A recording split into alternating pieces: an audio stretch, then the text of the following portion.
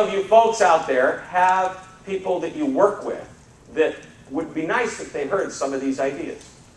Hopefully most of you. I give you a list so that you can take them back and share them in a very easy format. And by the way, if at the end of the presentation you give me a business card, I will, with an email address, I will email you my notes from this presentation at the end of the program and make sure that sometime next week you get a copy of what I have handwritten on all of this, in addition to whatever it is that you've written. So, here's my #1 strategy in the second of the top 10 list. There we go. Picture? Or is that video? It's video. It's video. Hi. Oh, watch out. Here we go. #1 is to benchmark. Benchmark with others. Not necessarily in your business. Now, I'd love you to take a look at who your true competition is. But ideally, it's who do you emulate in your industry? Who do you want to be like in your industry? And what is it that they're doing? Look outside of your industry. You want to be so good that maybe people refer to you as like the Federal Express of financial services, if you will. What are people doing outside of your industry that you like, that you think that you can bring in to your business? And here's what I mean by benchmarking. What is it that others are doing that you want to do and aspire to do? Write it down and then figure out ways to not just do it, but do better. You know, supersize it. Make it a little different. Put your own personality to it. How many of you have been to Disney Institute, at any of the Disney, down in Florida, taken any of their courses? 1 or 2 people have, okay? Disney Institute's great, but this is what they do. If you go to Disney Institute to learn about how Disney operates their business, you'll learn amazing things about Disney. They will not tell you anything about how to incorporate what they do into your business. But people walk away going, wow, this is great. I just learned about how Disney does blank.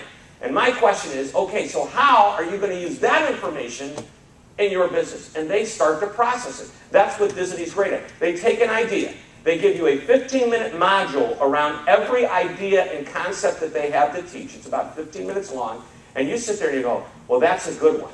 And they don't tell you how, but somehow you start thinking about how to incorporate it. And that's what I'm talking about, benchmarking with others. What are they doing that's great? What are they doing that you would like to emulate and maybe aspire to do even better? So that's #1. #2, what do you do best? Figure out what you do that's a little bit different and then exploit it. Let everyone know that's your differentiation piece. That's what makes you a little bit better. Maybe it's a specific market that you're in. We were sitting around the table at breakfast this morning. I believe it was at breakfast this morning, and somebody was talking about, they had an idea dealing with some of the older clients. Where are you? I saw that. There you are. Yeah. I mean, maybe you have a market that, or a primary client base that's the elderly, and maybe you're really good at dealing with that particular segment. Let people know it. Maybe there's a specific type of investment that you're an expert in, specific area. Let people know it. Find out what you do best. Determine what you do best. You probably already know it. And exploit it. I went to a butcher in St. Louis. And I'll talk about generic examples to kind of bring it to a more generalized idea of this. And when he was cutting his meat, he said to me, you know, when you buy your steaks from us, we trim them in such a way that you get, you know, it's perfectly, you know, cut, and there's the fat is, and he says, and I purposely make it as even and trim it a certain way so that you get more steak for the money and less fat in there. And I said, really, how do you do it? And he went to explain it. That was his big differentiation point to me.